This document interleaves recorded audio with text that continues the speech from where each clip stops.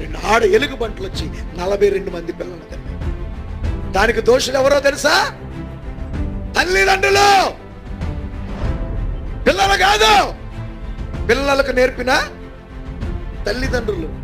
పిల్లలు కలిగిన వాళ్ళకి చెప్తున్నా, పిల్లలు కనాలనుకునే వాళ్ళకి చెప్తున్నా, బిడ్డలు కావాలో అని మాకు ఆతృత పడుతున్నారు. మంచిది, దేవుడు నువ్వు దీవించుకున్నా.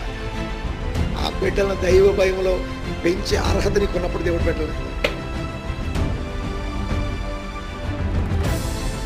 అంటే లేదని కాదు, అందరికీ కాదు ఆ విషయం. కొన్ని నీ జీవితంలో నువ్వు సరి చేసుకోవడానికి, ఇంకా కొన్ని నీ జీవితంలో నీకు ఆ స్థితి రావడానికి, ఇంకా నీ జీవితంలో ఇంకా దేవుని మీద ఆధారపడాలి, ఇంకా నీ జీవితంలో ఇంకా గొప్ప కార్యాన్ని దేవుడు నీ జీవితంలో కనపరచడానికి. ఈ రీజన్స్ ఏదన్నా కావచ్చు.